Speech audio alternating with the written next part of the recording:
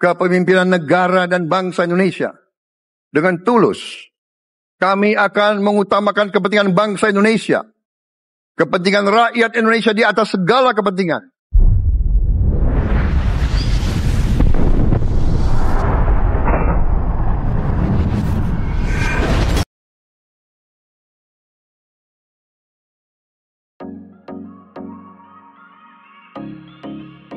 Upaya pemerintahan Presiden Prabowo Subianto untuk membangun bangsa Indonesia dan mewujudkan masyarakat adil makmur terus berlanjut.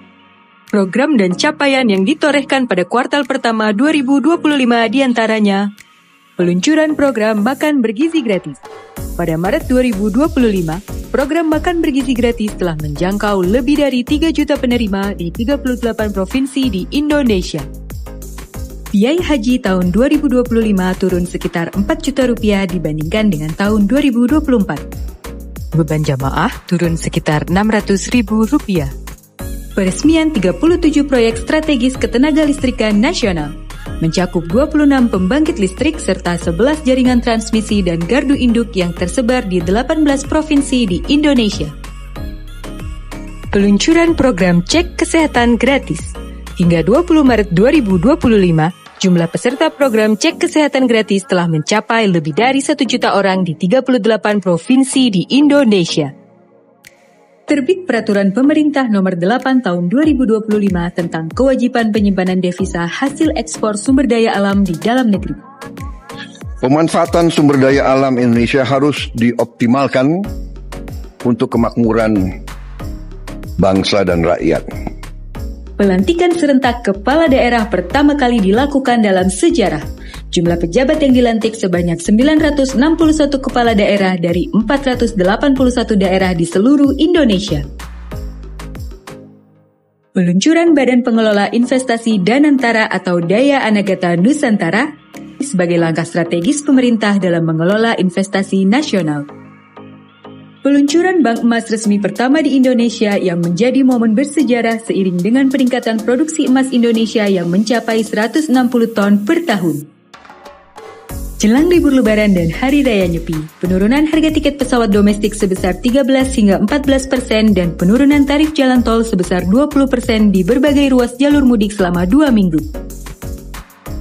Terbit Instruksi Presiden Republik Indonesia Nomor 9 Tahun 2025 tentang percepatan pembentukan koperasi desa kelurahan Merah Putih.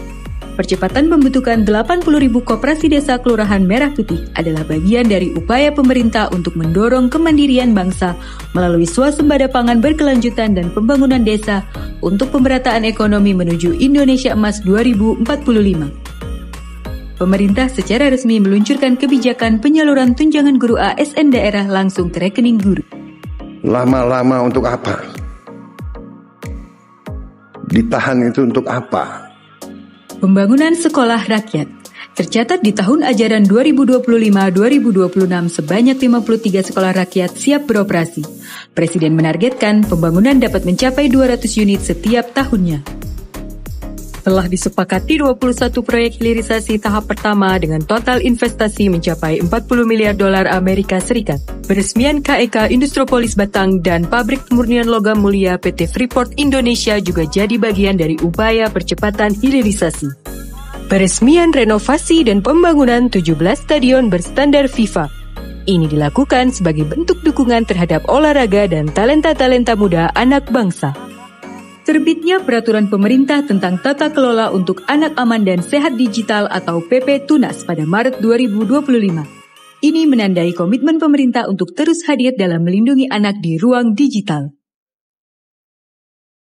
Apa yang sudah kita capai tidak mungkin dilaksanakan tanpa kerja keras kita semua. Tidak mungkin ada keberhasilan tanpa kerjasama tim yang baik.